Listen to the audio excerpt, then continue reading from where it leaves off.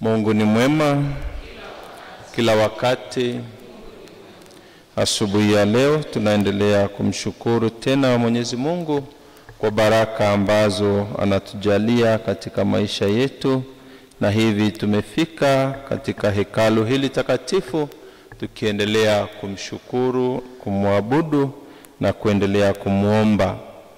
Na leo tunaendelea pia na novena yetu kwa Mtakatifu Teresa wa Yesu, siku ya 6.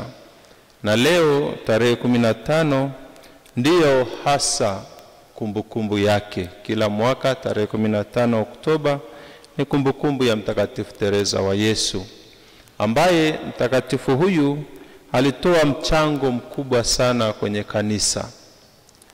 Anakumbukwa sana kwa maandiko au mafundisho yake, na yeye ni kati ya wanawake wachache kabisa ambao wametajwa as doctors of the church.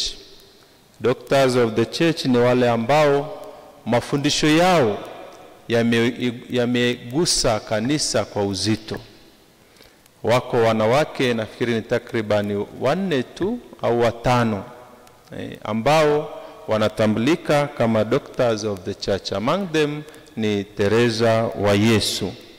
Teresa wa Yesu aliandika kuhusu mafundisho ya kiroho, hasa akisisitiza kwamba lazima kila mmoja wetu, we need to examine our conscience, dhamiri zetu.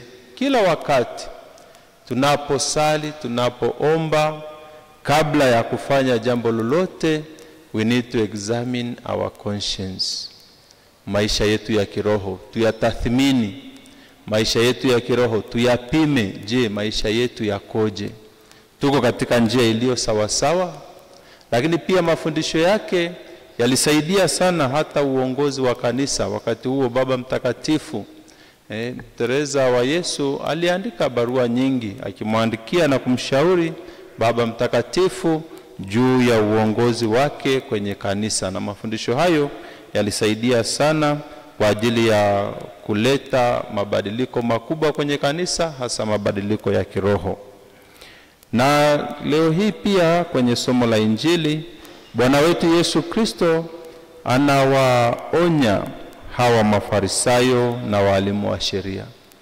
Anawaonya kwa sababu hawa kama viongozi katika jamii walifika mahali wakaishi maisha ya unafiki. Maisha ya unafiki kwamba mbele za watu walionekana ni watu wema, walionekana kwamba ni watu wa maana sana mbele za watu. Walijitokeza mbele za watu wakijifanya kwamba wao ndio wanajua kushika sheria vizuri, wao ndio wanamwabudu Mwenyezi Mungu vizuri, wao ndio modo katika society. Lakini kumbe ndani ya maisha yao au ndani ya mioyo yao walikuwa hawafanyi vizuri. Hawalikuwa hawaishi maisha ya unyenyekevu, hawaishi maisha ya upendo.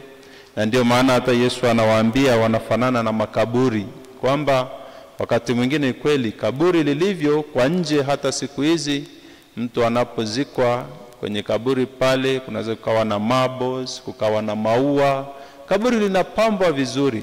Lakini ukichimba hilo kaburi ukaingia ndani, ndio unakuta kuna nini?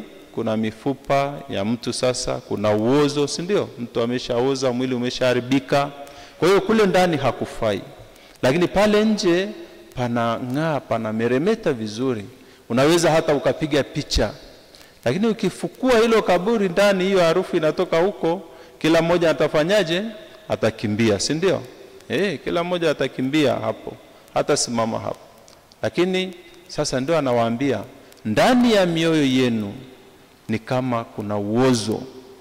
Harufu inatoka ndani ya mioyo yenu ni mbaya, ni uchafu. Lakini kwa nje mnaonekana mko sawa. Kwa hivyo na sisi ndugu zangu, hata sisi tunaweza tukafanana na hawa Mafarisayo, tukafanana na hawa waandishi au walimu au wanasheria kwa tabia zetu. Kwa hivyo na sisi tujitahidi hasa kujali maisha ya ndani. Tujali maisha ya ndani. Na ukiwa vizuri ndani ya maisha yako ya ndani, hata nje utang'aa, hata nje utaonekana vizuri tu. Wala mtu uhitaji kumwambia mtu kwamba mimi nafanya hivi, nafanya nini.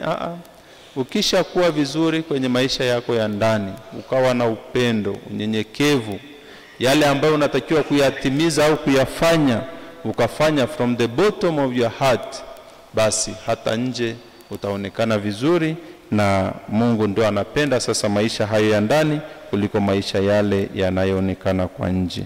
Tumsifu Yesu Kristo.